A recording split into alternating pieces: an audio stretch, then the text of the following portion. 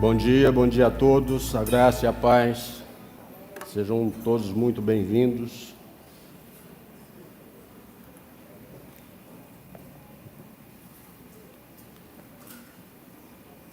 Uma chuvinha boa lá fora, né? Vontade de ficar em casa, aquela caminha quente, fala sério.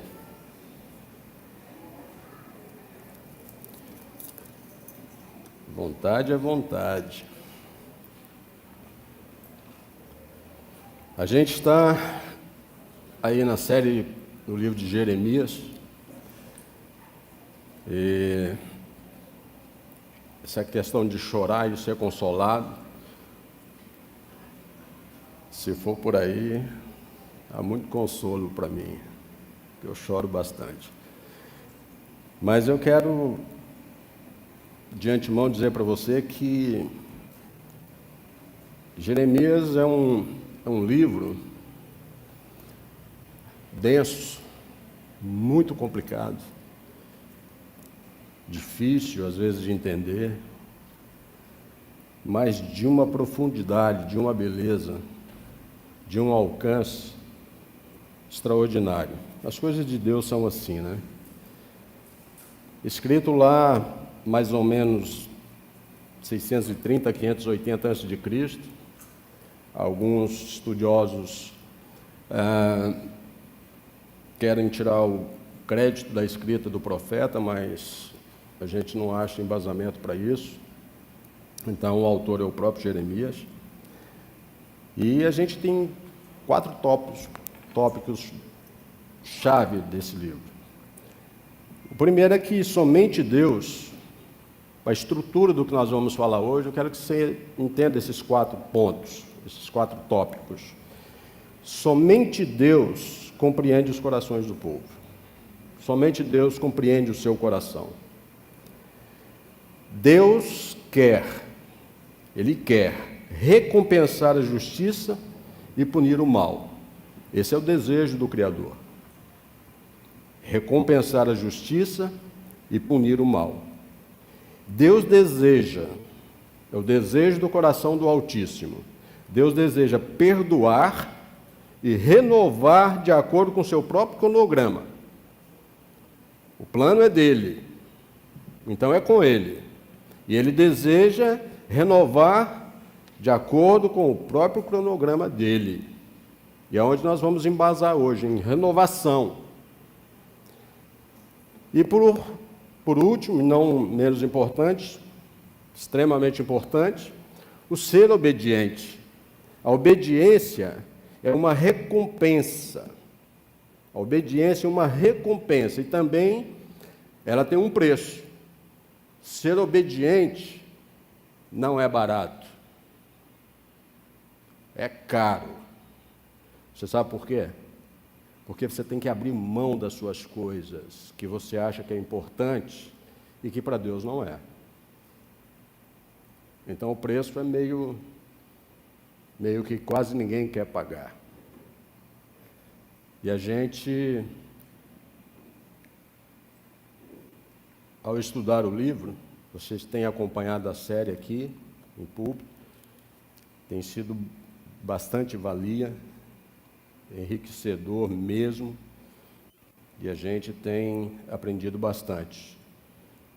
Eu quero cumprimentar aos que nos visitam essa manhã, aos que nos acompanham pela internet, a todos aqueles que não puderam estar conosco, que essa palavra tenha o mesmo alcance que sacudiu o meu coração e que me fez chorar um bocado. Não foi fácil, não. Eu não sei quem chorava mais, se era eu ou se era Jeremias. Mas, enfim.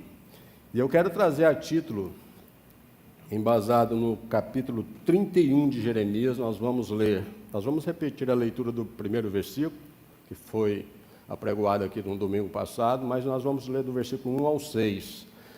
Eu quero que você preste bastante atenção e que não deixe nada tirar a sua atenção. Nosso tempo é curto, é pouco, são apenas 6 horas, então é tranquilo, tá? Tranque as portas. Eu queria intitular o que nós vamos falar hoje sobre isso, júbilo. Júbilo no meio do lamento. Alegria em meio a tanta tristeza.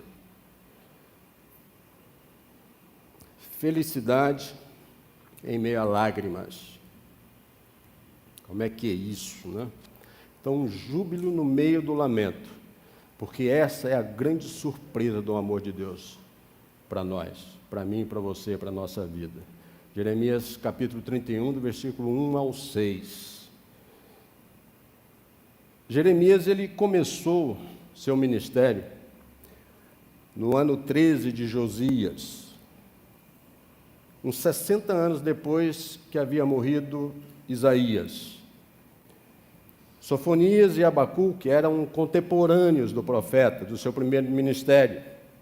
Daniel, do seu último ministério, contemporâneo do seu último. Primeiro Abacuque e Sofonias e no último Daniel.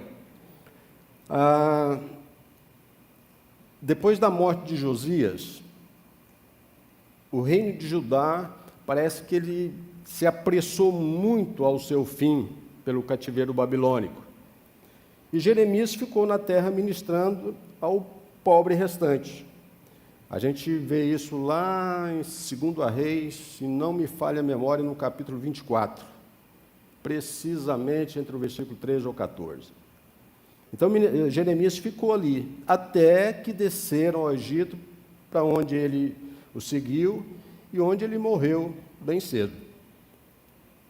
Jeremias, profetizando antes e durante o exílio de Judá, faz uma ligação entre os profetas anteriores como Ezequiel e Daniel, que são os profetas do exílio, ele faz essa ligação. A visão de Jeremias, ela inclui o cativeiro babilônico, a volta depois dos 70 anos, né? E inclui também a dispersão de Israel, melhor dizendo, entre as nações, a reunião final, o milênio, o dia do julgamento dos poderes gentílicos e o ensino sobre o restante. É um livro bastante abrangente.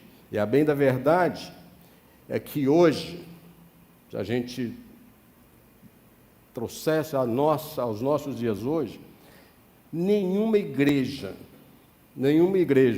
contrataria Jeremias. Nem sequer ele passaria na primeira entrevista. Ou melhor, talvez ele nem viria à entrevista. Esse profeta, o seu estômago não aguentava a religião organizada. Coisas muito comuns no nosso dia a dia hoje. Dificilmente nós poderíamos culpá-lo por isso. O que esse profeta viu provocaria náuseas em qualquer um de nós. O que ele presenciou, o que ele vivenciou, provocaria náuseas em mim e em você também. Jeremias viu a imoralidade intensa, a legalização desenfreada. Ele presenciou, ele viu a idolatria ostensiva. Ele estava lá. Ele viu a hipocrisia totalmente desenfreada. Ele lidava com gente hipócrita. Ele viu sacerdotes que se vendiam pelo melhor e maior lance.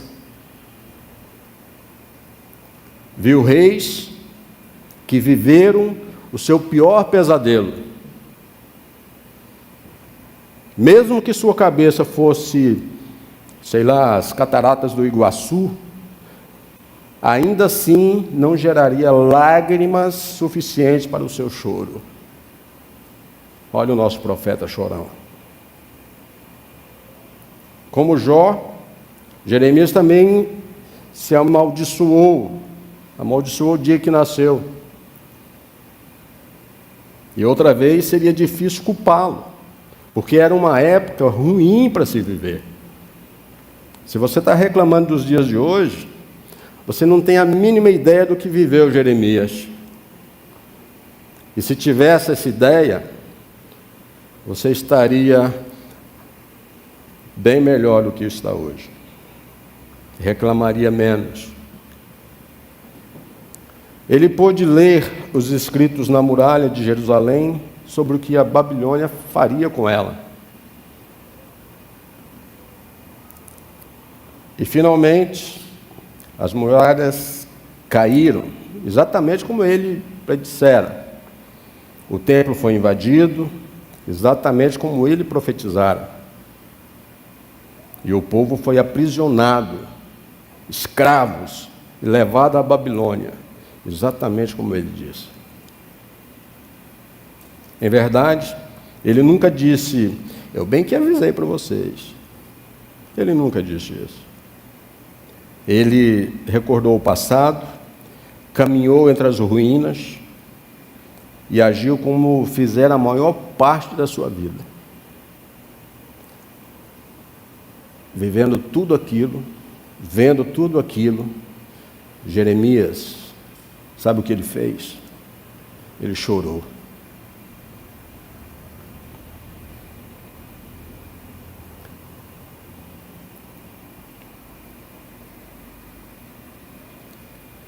Esse é o texto. E está escrito: naquele tempo, diz o Senhor, serei o Deus de todas as famílias de Israel e eles serão o meu povo. Assim diz o Senhor. O povo que escapou da morte achou favor no deserto, quando Israel buscava descanso. O Senhor lhe apareceu no passado dizendo, eu amei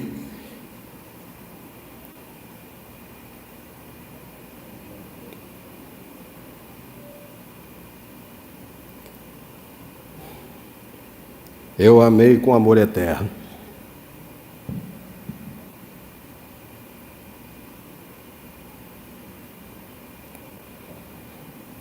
E com amor leal eu te atraí.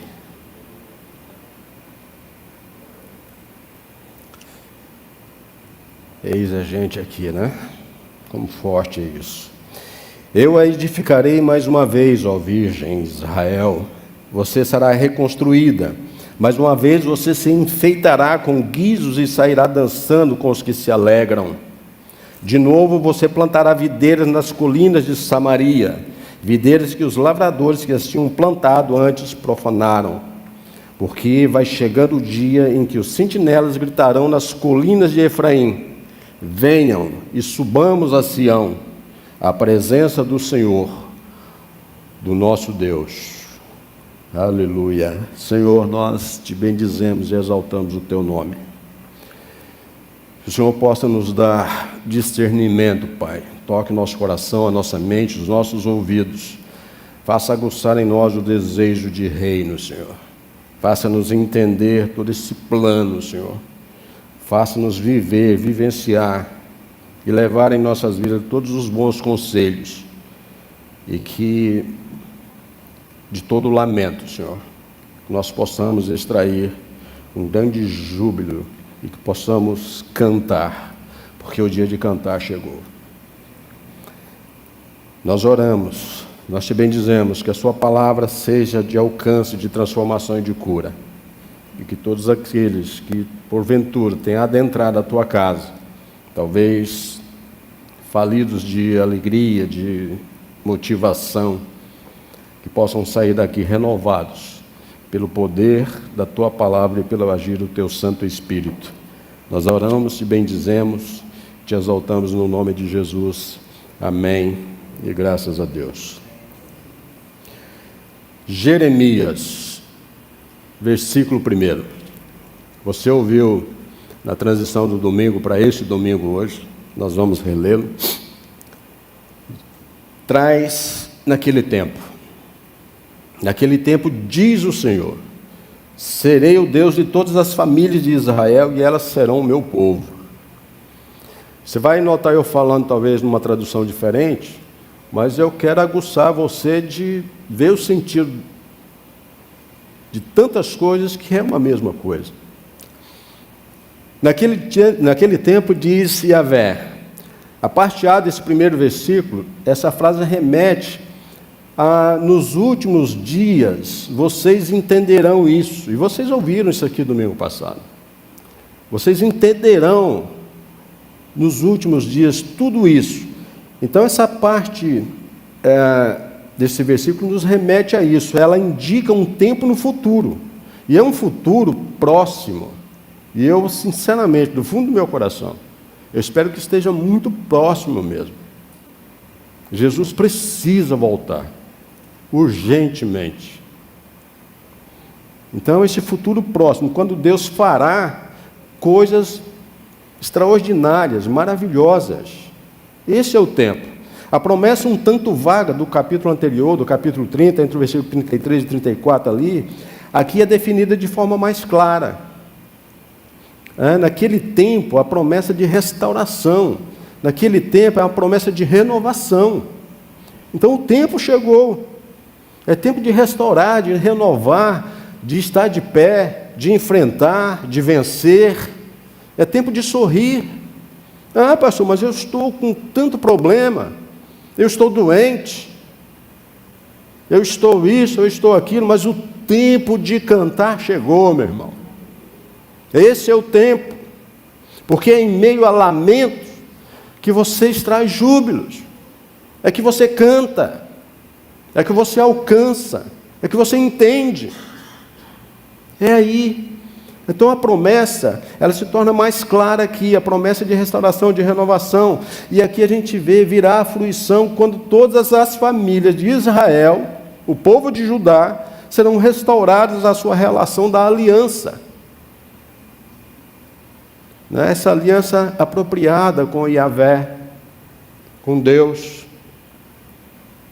Esse versículo, ele tem uma dupla função. Ele concluiu o bloco do capítulo 30, entre o versículo 21 e 24, e serve como um título para o complexo, aqui que a gente percebe, de poemas desse capítulo 31. Existe aqui, nesses capítulos 30 e 31, na sua maior parte, o soar poético. Apesar de que, eu não vou entrar nesses detalhes, porque é muito extenso, mas muitos historiadores separam muito essas questões, e a sua maioria, poeticamente falando, está inserida aqui entre o versículo 2 e o versículo 6 desse capítulo 31, é o que nós vamos andar juntos aqui, o que nós vamos falar juntos. Aqui está dirigidos ao reino do norte de Israel, versículo 2 ao 6. Então, alguns estudiosos eles defendem que esse segmento aqui, que aqui nós vemos aqui, representa material dirigido originalmente ao reino do norte de Israel, no início da carreira de Jeremias, antes que ali os primeiros exilados deixassem Judá, enfim, Sião e a todas as famílias de Israel. Se você tiver um tempinho, busque sobre essa separação de reino do norte e do sul, que você vai entender melhor, porque você vai ouvir isso aqui hoje. Mas, infelizmente, nós não temos tempo para... Mas tudo bem, nós temos tempos para ver isso, sozinhos, com a ajuda do Espírito, que é o melhor ensinador que tem. O Espírito Santo de Deus é tremendo. Enfim, a parte B desse primeiro versículo: serei o Deus de todas as famílias de Israel, e elas serão o meu povo. Este versículo prevê a reunificação de Israel, o ajuntamento desses dois lados. Esse versículo, ele prevê isso, o reino do norte e Judá, o reino do sul, onde eles se encontrariam, onde eles estariam se unidos novamente, separados desde o tempo de Roboão, lá em 1 Reis, capítulo 12, separado desde essa época. E, de repente, esse versículo nos diz o seguinte: ele prevê essa reunificação, reino do norte e reino do sul, Judá, Israel e Judá. Seguindo o versículo 2 e 3, a parte A do versículo 3, a gente vê que o povo encontrou favor, que o povo encontrou ajuda. O povo encontrou amparo, então o povo encontrou favor no deserto. Em meio às lutas, em meio a tantas dificuldades, Deus age sempre. Você não pode esquecer disso, a nosso favor. Não há luta maior do que o favor de Deus sobre a sua vida. Tudo que vier, tudo que te acontecer, o favor de Deus será maior. A ajuda de Deus será dobrada. Eu creio nisso. Eu creio. Então assim diz o Senhor: o povo que escapou da espada achou graça no deserto. Sim, Israel, quando fui fazê-lo descansar. E a parte A do versículo 3 diz: o Senhor me apareceu há muito tempo. A referência remete à fuga de Israel para o Egito, nos dias do Êxodo, né? Mas em particular, aqui a gente vê o livramento da nação das tropas do faraó. Lembra lá no Mar Vermelho, da provisão graciosa de Yahvé durante a errância no deserto? Porque o povo no deserto errou a beça. Errou tanto que se perderam, né? Mas você viu a provisão graciosa de Deus? Tudo alcançava aquele povo errôneo. Lembrando que essa frase, achou o favor, ela ocorre 5 vezes na narrativa do Êxodo. Se não me falhe memória, capítulo 33 de Êxodo. Ela ocorre 5 vezes. A gente continua vendo o escrito desse profeta e chega numa parte A desse versículo desse que diz assim: o que sobrou da espada. Que entender disso? Isso se refere ao tempo em que o Senhor libertou Israel do cativeiro do Egito. Israel estava sendo perseguido pelo exército egípcio, pretendia forçar aquele povo ao cativeiro, e em particular, esse versículo sugere a libertação de Israel, né, e experimentou ali naquela ação ali do Mar Vermelho, onde o Senhor abriu o mar para que Israel passasse, escapasse, e juntou as águas novamente para afogar o exército de Faraó. Êxodo 14. No entanto, essa libertação da escravidão, gente, ela também serve como uma metáfora.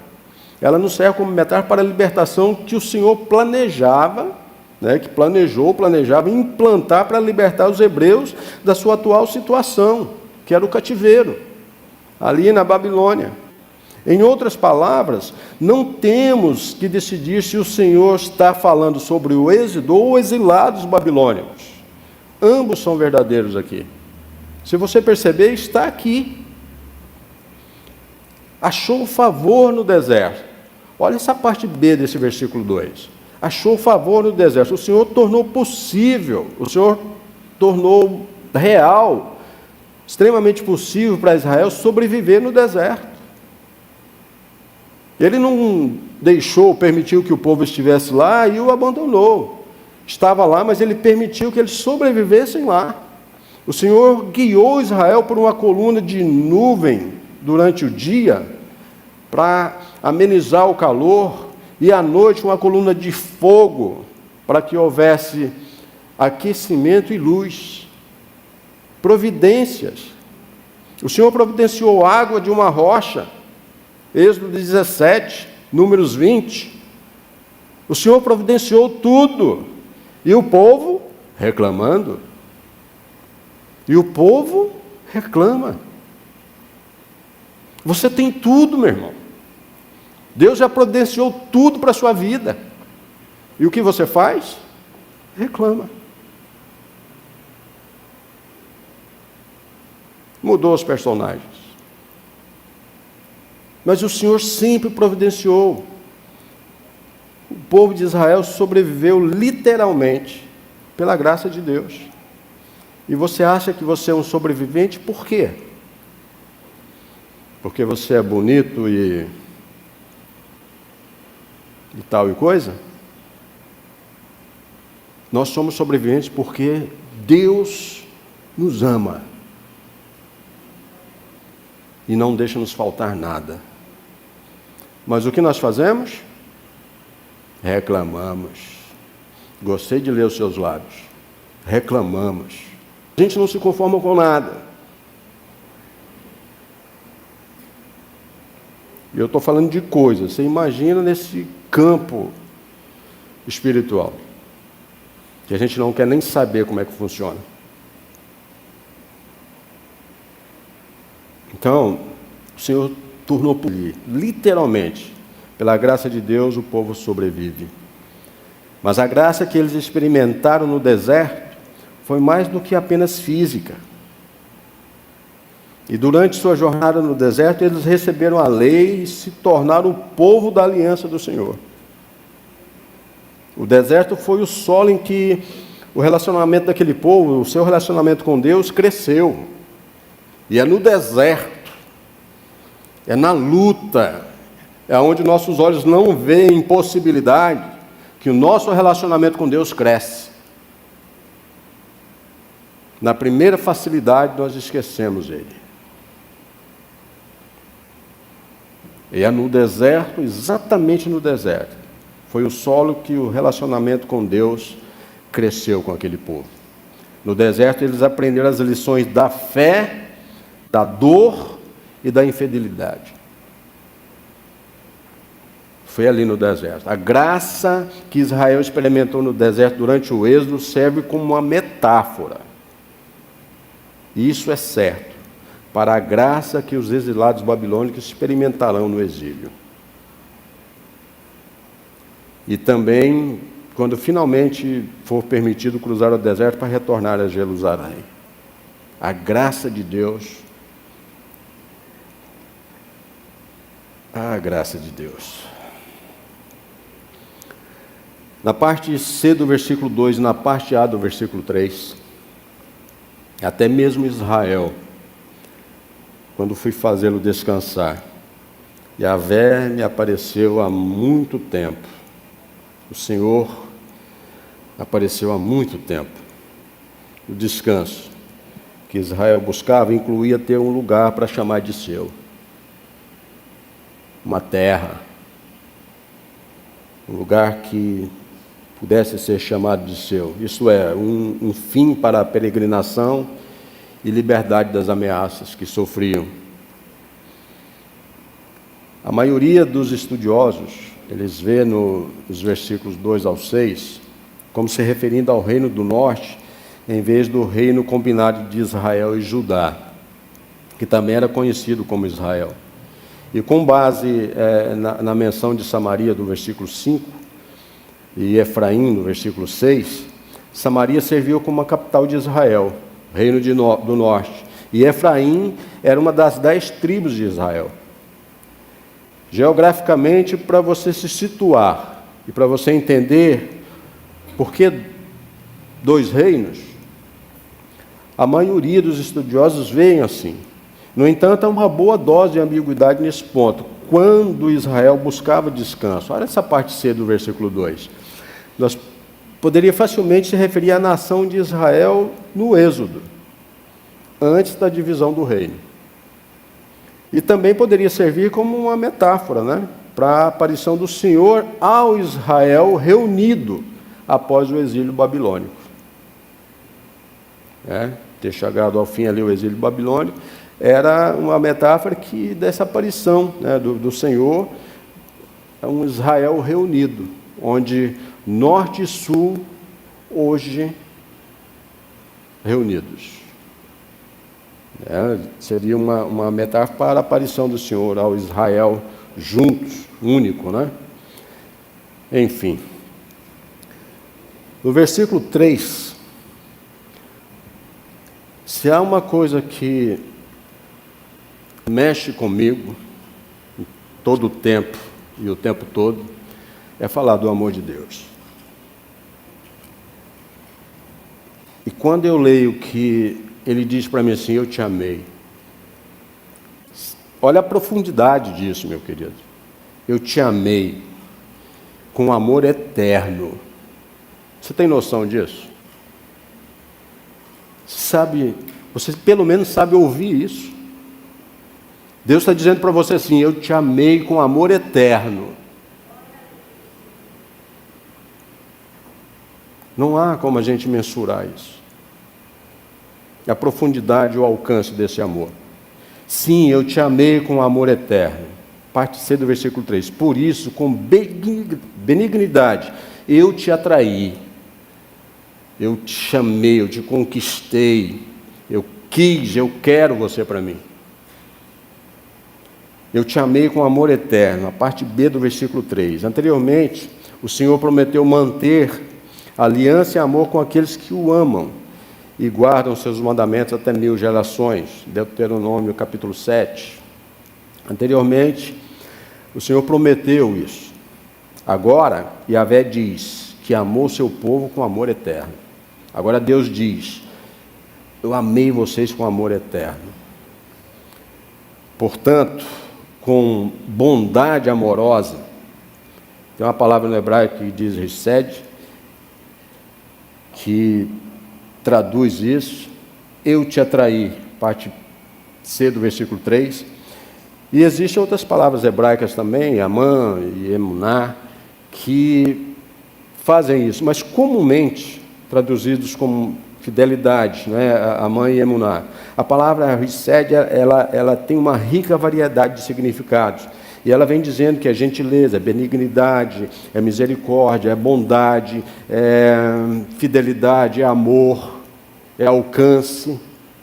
Então a gente fica com essa primeira palavrinha. Com muito amor, com muita bondade, com muita fidelidade, eu te amei. Eu te amo. Hoje as pessoas banalizam tanto a questão de amar, fala de uma forma tão vazia, até entre casais, virou, sei lá, às vezes nem se dizem mais. Aí eu vejo um Deus que diz que me atrai com um amor para a eternidade, e eu não consigo traduzir esse amor nos meus atos, nas minhas ações, nas minhas palavras. Parece que nós não sabemos mais amar, porque ele diz assim: eu te amei com gentileza, eu te amei com misericórdia, eu te amei com bondade, eu te amei com fidelidade, eu te amei com amor maior, eu te amei com um amor eterno.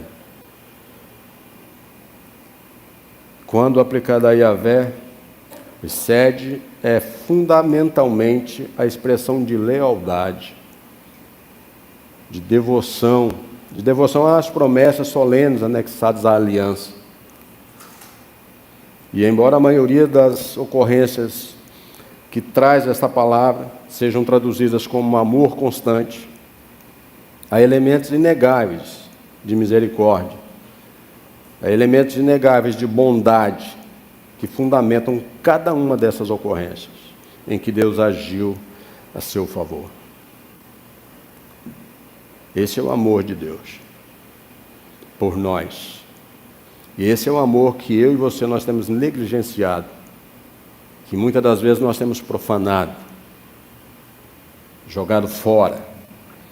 Então, se você pegar ambas as partes, B e C desse versículo 3, a parte B e C desse versículo 3, falam do amor infinito de Deus para com você. Então, meus irmãos, um dos atributos exclusivos de Deus é a eternidade. Só Deus é eterno. Só Deus é amor verdadeiro. E como Deus é amor, seu amor é eterno. Ele nos amou com amor eterno e nos atraiu com cordas de amor. E eu e você, nós aprendemos a amar? Nós amamos com dignidade, com lealdade, com respeito? Amamos?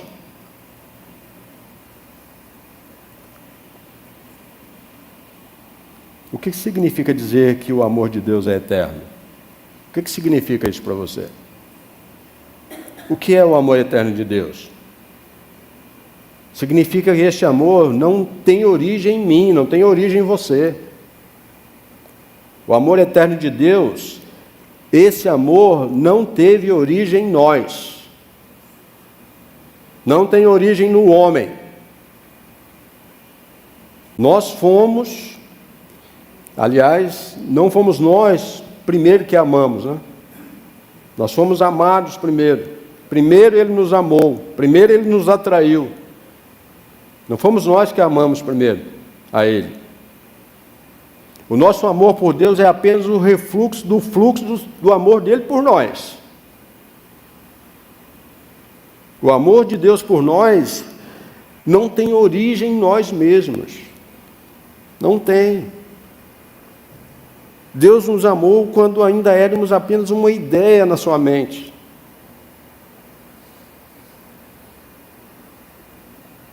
Ele veio nos amar quando os fundamentos da terra ainda não haviam sido lançados.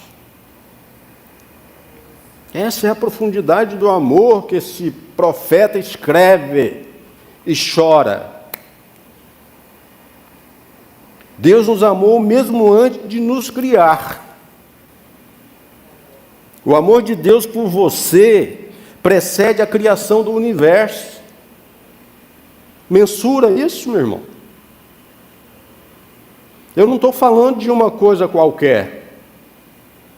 Eu estou te falando de um amor eterno, que você tem pisoteado, que você tem abandonado.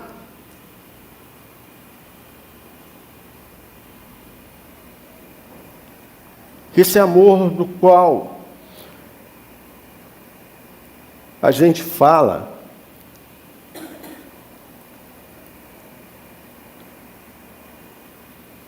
é um amor de transformação, de renovação, de cura. Não é um amor fingido. Não é meia taça. Não são promessas vazias que o homem faz. O amor de Deus, antes mesmo que os fundamentos da terra tivessem sido lançados, você já estava no coração dele. Deus já havia decidido amar você com amor eterno, mesmo antes que o sol esparramasse luz e calor pela terra. Era uma decisão. Antes de tudo, Ele já o amava. Ele já nos amava. Antes que os anjos atendessem às suas ordens, às ordens do Criador, Ele já nos amava. E porque nos amou, nos criou para o louvor da sua glória. Esse é o sentido. E o que nós temos feito desse amor? O que nós temos feito com esse amor? O amor de Deus por mim, por você, por nós, ele é imerecido. Ele não nos amou por alguma qualidade que pudesse encontrar em mim ou em você. A causa do amor de Deus não está no objeto amado, mas na pessoa que ama. E mesmo sabendo que seríamos rebeldes, que nos tornaríamos isto, mesmo sabendo de rebeldia, de desobediência, mesmo ele sabendo que seríamos mentirosos, desobedientes contra ele, ele nos amou. Porque ele sabia de tudo, e sabe de tudo, que está aí dentro da sua cabecinha e do teu coração.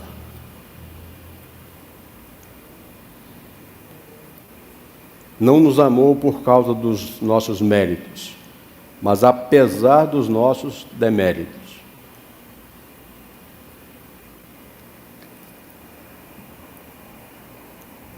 Ele não apenas nos amou, mas Ele entregou, Ele deu o seu Filho unigênito. E a palavra diz que para que todo aquele que nele crer não pereça, mas tenha vida eterna. E nós estamos esquecendo disso, né? Todo o tempo, né?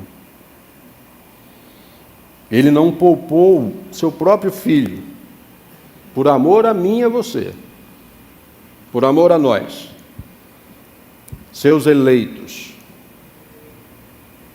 Antes, por todos nós, Ele se entrega. O amor de Deus, ele é incansável. O amor de Deus, ele não desiste de nos amar. O amor dele por nós é imenso, ele é incomparável, ele é inesgotável, ele é perseverante, ele é incondicional e ele é eterno, independentemente de qualquer circunstância. Não pense você que Deus não vê a sua dor. Mas o amor incondicional dele está acima de tudo isso, porque ele vai te trazer dias de sorriso largo, dias de alegria, porque em meio a lamentos que nós estaremos de grande júbilo. No versículo 4 e 5,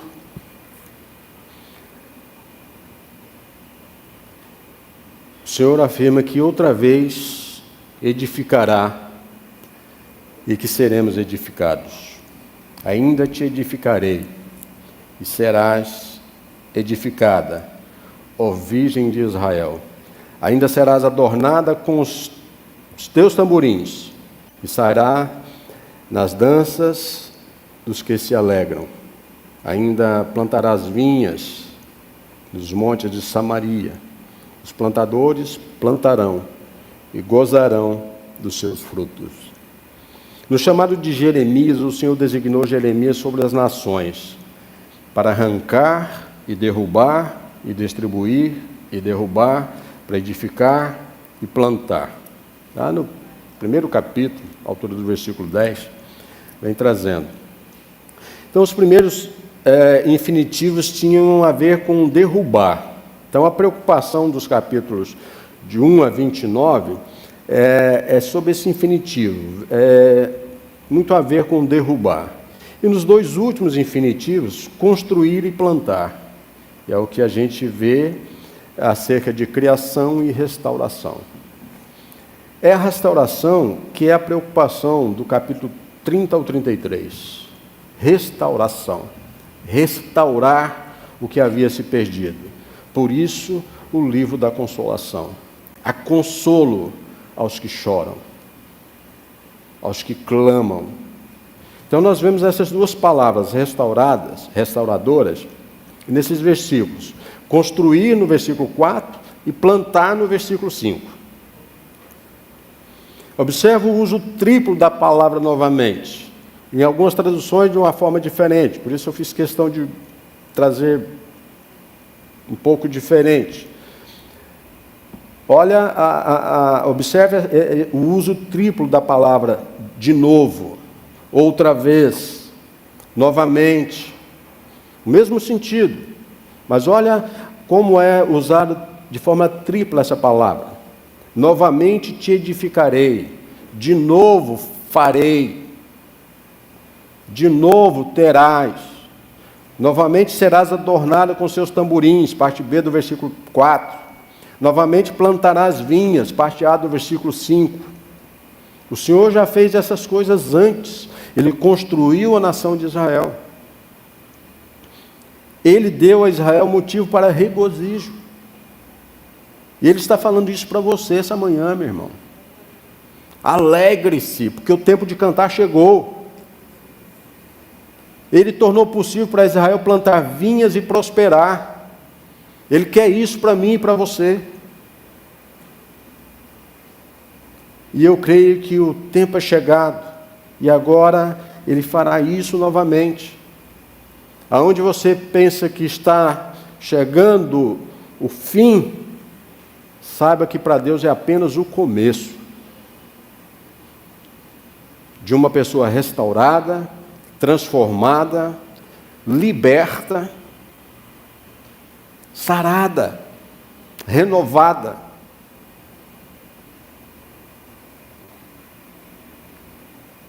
Ainda te edificarei e serás edificada, ó Virgem de Israel.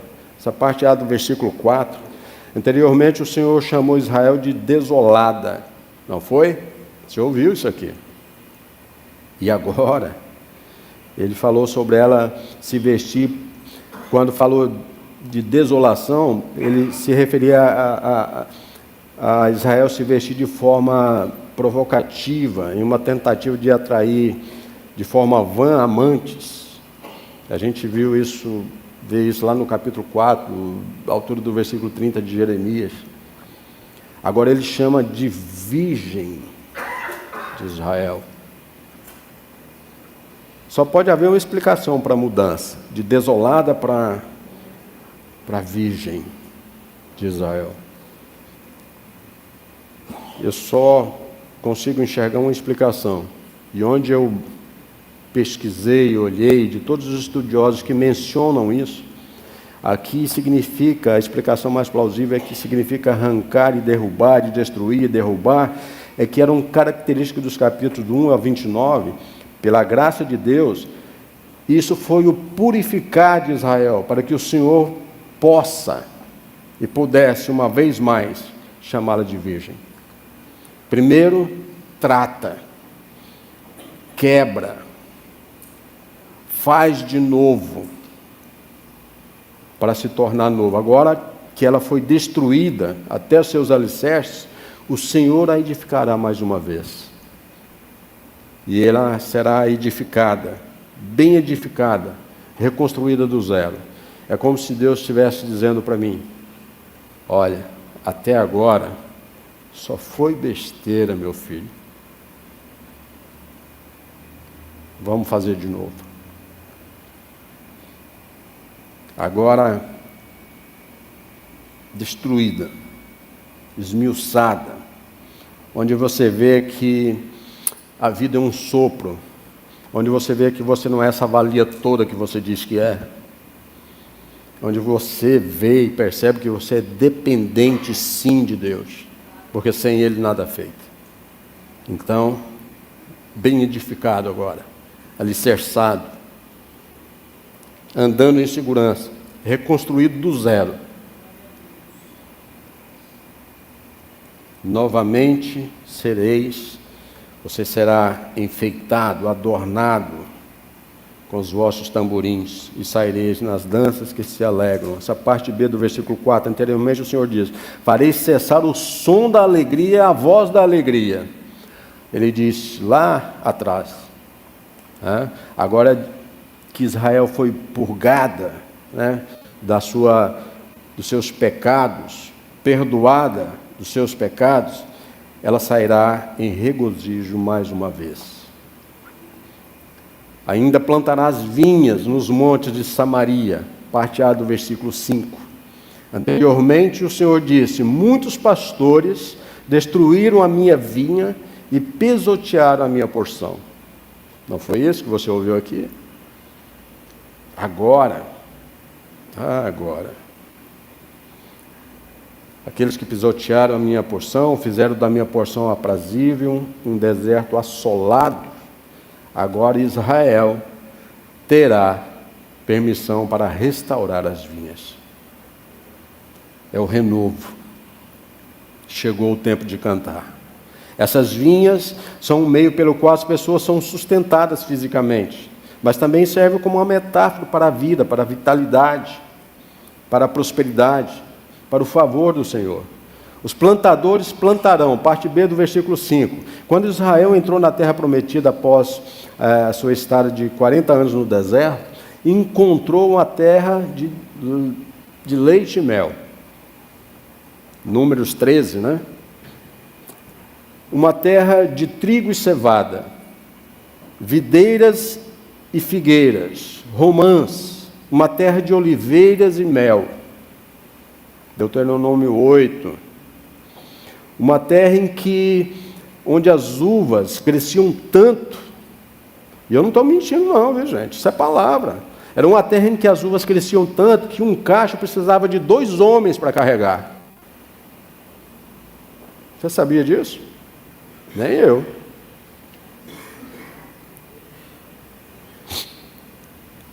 Uma terra extraordinariamente linda, né? Depois de retornar do exílio, eles encontraram uma terra desolada. Voltando do exílio, terra desolada. Eles terão que replantar. E gozará do seu fruto. A parte C do versículo 5, em algumas traduções, a lei proibia o povo de comer o fruto das vinhas por 3 anos. Havia uma lei que proibia o consumo do fruto da vinha por 3 anos. O fruto do 4º ano devia ser dedicado ao Senhor. E só no 5º ano subsequente, né, é que o povo tinha permissão para comer do fruto. Isso está lá em Levítico, tá? Levítico 19. Esse versículo, então, então, promete que essas pessoas podem replantar com certeza e que estarão por perto para aproveitar o fruto 5 anos depois. Primeiro é preciso você plantar. E a palavra me exorta da seguinte forma: você colhe o que planta. Se for boa semente, boa colheita. Esta é a promessa do Senhor, de um futuro seguro e próximo, mas muito próspero, se você plantar, se você voltar a cuidar, se você zelar, se você fizer por onde. O versículo 6, levanta, e suba a Sião, porque chegará o dia em que os atalaias clamarão sobre os montes de Efraim. Levantai-vos e subamos a Sião, ao Senhor nosso Deus. Porque haverá um dia em que os atalaias clamarão sobre os montes de Efraim. Parte A do versículo 6. As sentinelas geralmente ficam de guarda para avisar sobre um inimigo. Aquele inimigo que se aproximava, ou sobre intrusos na vinha. Mas esse não será o propósito delas aqui, nesse levantar. Efraim é uma das 10 tribos do Reino do Norte. Levantai-vos e subamos a Sião, a Deus, a Yahvé, ao nosso Deus, ao nosso Senhor. Parte B do versículo 6. Sião é Jerusalém, a cidade onde o templo de Salomão está localizado. A cidade onde os exilados reconstruirão o templo quando finalmente tiverem permissão de retornar à sua terra natal.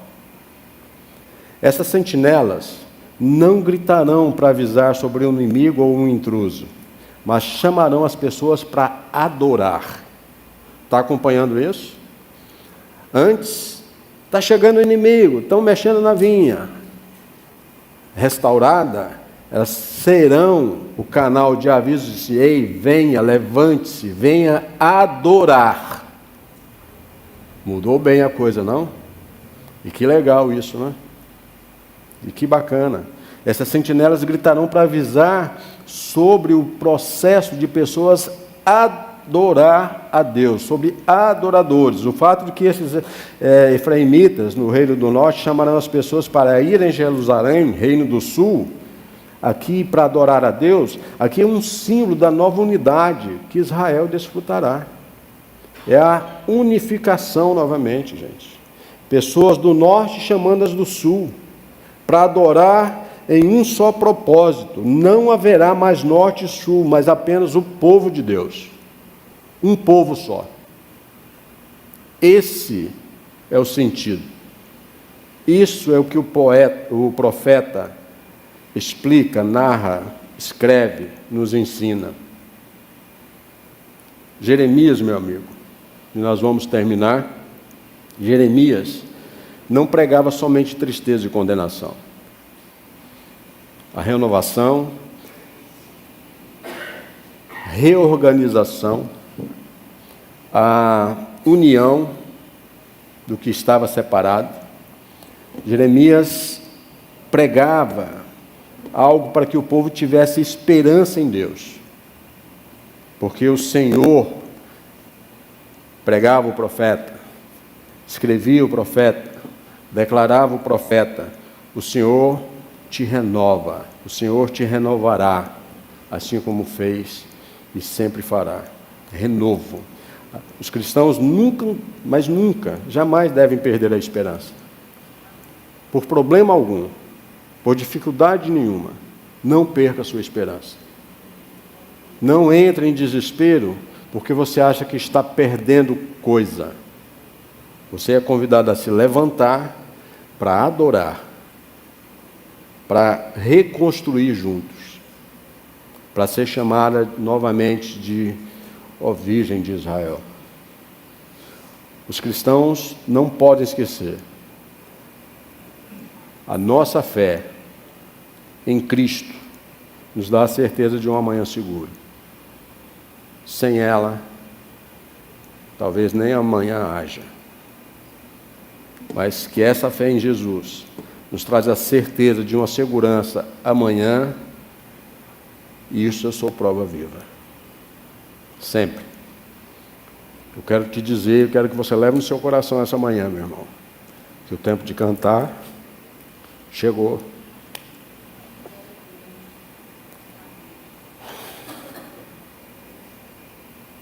E como chegou? Chega de reclamar, chega de chorar. É tempo de cantar. Nós estamos renascendo para a vida. Não há caminho de morte naquele que crê em Jesus.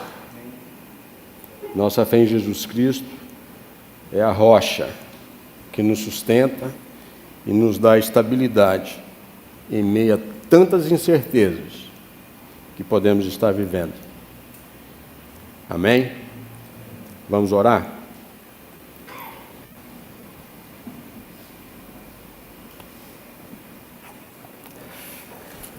As palavras de Jeremias perpetuam no meu coração que, antes de usufruirmos da graça de Deus, nós precisamos compreender a sua ira. E é muito válido você não esquecer que o amor que Ele tece por você é eterno. E que em tudo, e sob qualquer circunstância, Ele está do seu lado. Então aplique na sua vida. Realize projeto com alguém próximo a você. Alguém que você confie. Passe ao lado de pessoas que você se sinta bem, se sinta seguro, porque Deus vai estar nisso.